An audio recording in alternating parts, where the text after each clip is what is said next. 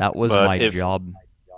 if the Grim clan can or Grim team can cut that distance and just stay in their faces, then they have a very good chance of winning. Yeah, but let's look at their ships. I'm not sure they can do it. We'll check it out.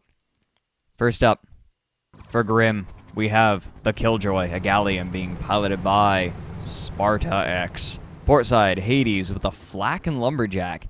This is dedicated long range with double Hwacha on the starboard side. We're also bringing the Pax Romana, a junker being piloted by Gaelic Pride. Portside, Banshee Gatling with an Artemis on the front. Starboard side, Banshee Gatling. This is a very brawly junker build. You want me to take And the other side too? no, I'll take it. Okay. And for the blue team, the Maenad Rider on the Uroboros, followed by Arius, we have two Artemis, one Hades, one Gatling, and one Flagon. So the control ship that's gonna help his ally, because the ally has almost the same thing, two Artemis. But an Echidna instead of a Gatling, as we talked about, and a Beacon Flare Gun. Yeah, this sort So, of staggered Artemis build is something we've been seeing a lot more to bring another gun into the fold. Like, yeah, that yeah, Echidna right there. Like, Wolf 1 can just jump down to the Echidna if the armor breaks and they're in range. I'm calling it. It's gonna be a trench war game. They're gonna pop out of cover and shoot a bit, go back. Oh, now, I I don't don't think. know. I don't think Grim can afford to do that with that junker they have. Like, what do they have? They have one Artemis to bear. Like, this is going to take some really careful positioning from Pax Romana and Killjoy. Oh, here we go. I Here we am dubious of this choice. Killjoy charging across. Armor should hold. They accomplished what they set out to do, but they're Yes, vulnerable this right now. this is a usual thing that you can actually do, is to just rush in there, because even though they know where he is, he's actually closer to them at flanking them.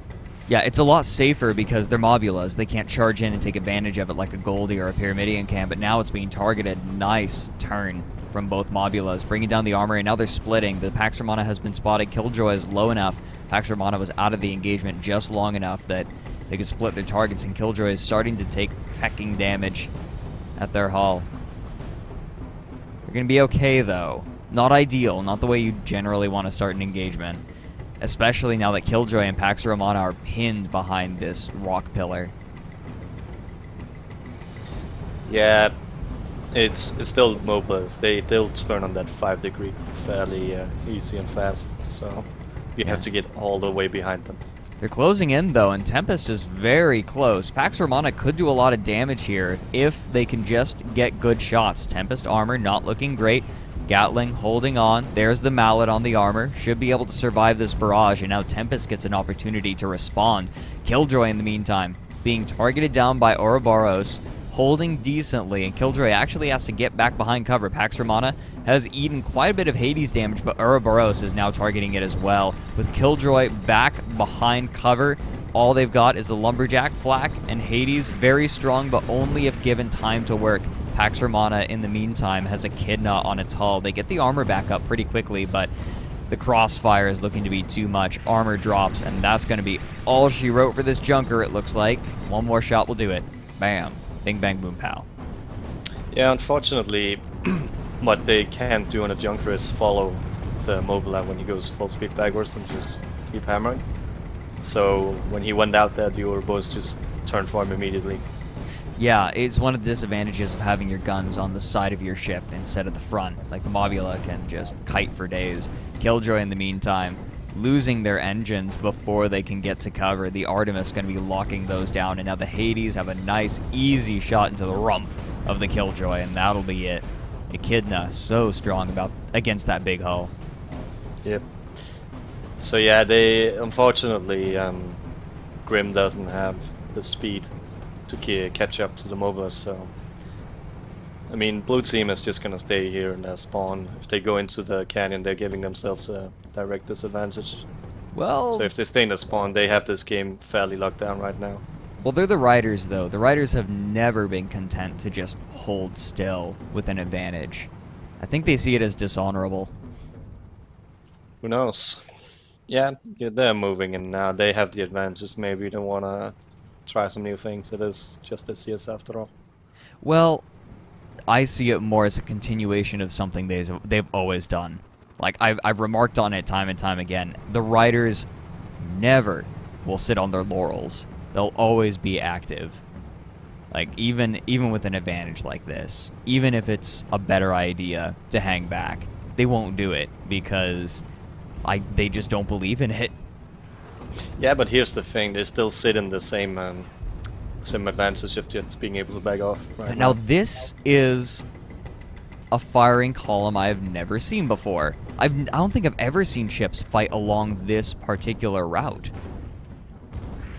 It's very strange. Pax Romana not quite in place. This engagement area actually favors Grim, I think. If Killjoy can just hold on, that'll give Pax Romana a chance to move through, but no, they've given up all semblance of stealth.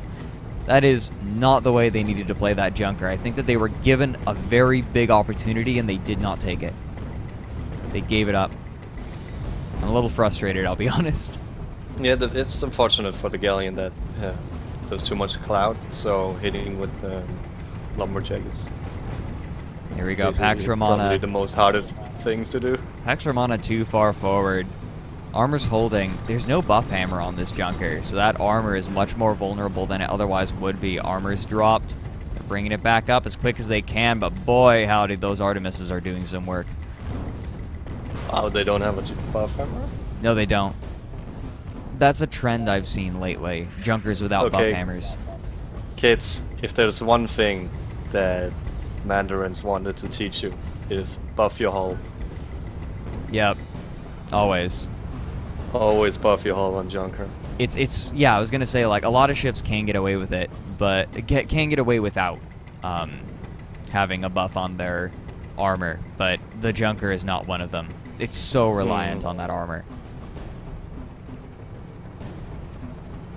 Killjoy's getting away. I don't think there's a buff hammer on the Killjoy either. Yeah, it is. Well, hurting. that's pretty normal though on the galleon. Yeah, their armor is just so huge. It's like you'd rather just have repair for those extra large guns. Well, if your armor goes down in the galleon, it's like, what could you do about it anyway? Yeah. Alright, Pax Romana being given a golden opportunity to move in. Ouroboros is actually behind a pillar firing off of the galleon, so this is going to give this junker an opportunity, but as you mentioned, Tempest backing up just a little bit, though. There's not a whole lot of room for them to move. Gatling comes out, most of it going into the balloon, and now it's getting disabled by the Artemis. No response so far from the Pax Romana. Killjoy moving in as well, but its guns are getting locked down. If Red Team just gunned their engines in between them now, they would have the advantage. Yeah, they've been very tentative, and that's hurt them a lot. Well, and by hurt, I mean killed. Pax Romana is down. Killjoy is going to be next. Has put itself in an awful position. Watcher goes out. Disables, nothing. That's going to be it. GG, first match. Wait, was that a surrender? Because I thought there were only 4 kills. No, it was no, 5. Okay. 5. I'm just crazy.